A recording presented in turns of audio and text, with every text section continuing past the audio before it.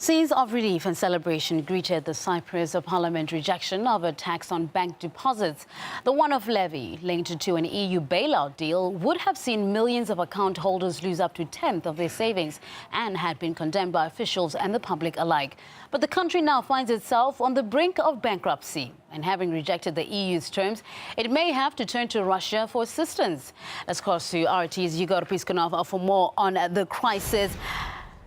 Yegor, where does Cyprus stand now? What are the options available to them?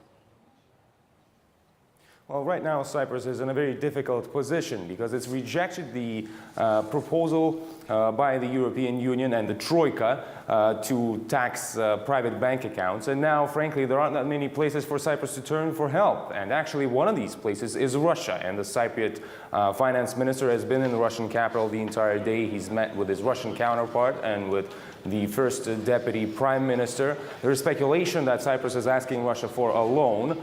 So far, the finance minister said that he was satisfied with the negotiations, but no official offer has been made so far, although he himself said he's not leaving Moscow until an agreement is reached.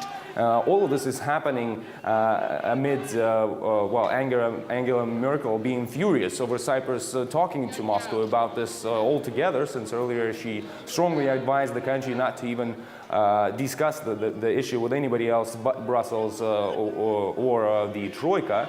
And actually, we know that the Cypriot president personally told Vladimir Putin about his country's parliament's decision to reject the European Union's proposal.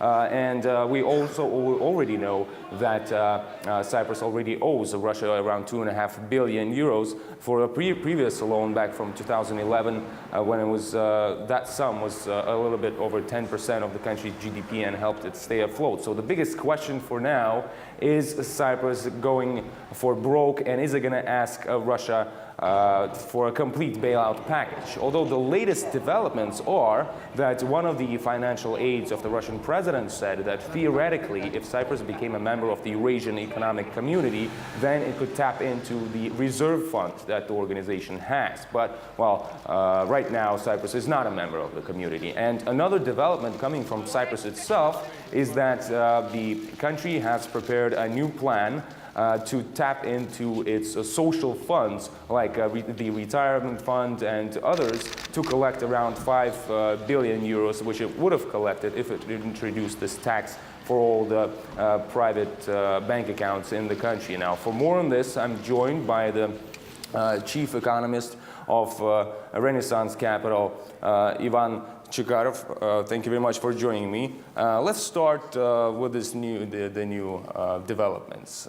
How likely is it that Cyprus could use this reserve fund that the Eurasian community, the economic community, has? Well, I guess there are two important points to be made. The first one you already mentioned. For that to happen, Cyprus seems like they have to become a member of this community. But I think the more interesting point is that this was an avenue that was already used with Belarus. You remember a couple of years ago, Belarus was also facing a big devaluation, very severe economic problems. So part of the money that Belarus received was actually from that community. But we do know that Belarus is a member of that community, so I guess in that case it was easy. So I guess the bottom line is that a similar avenue has been used in the past, but obviously there are some technical details that need to happen for this to pan out.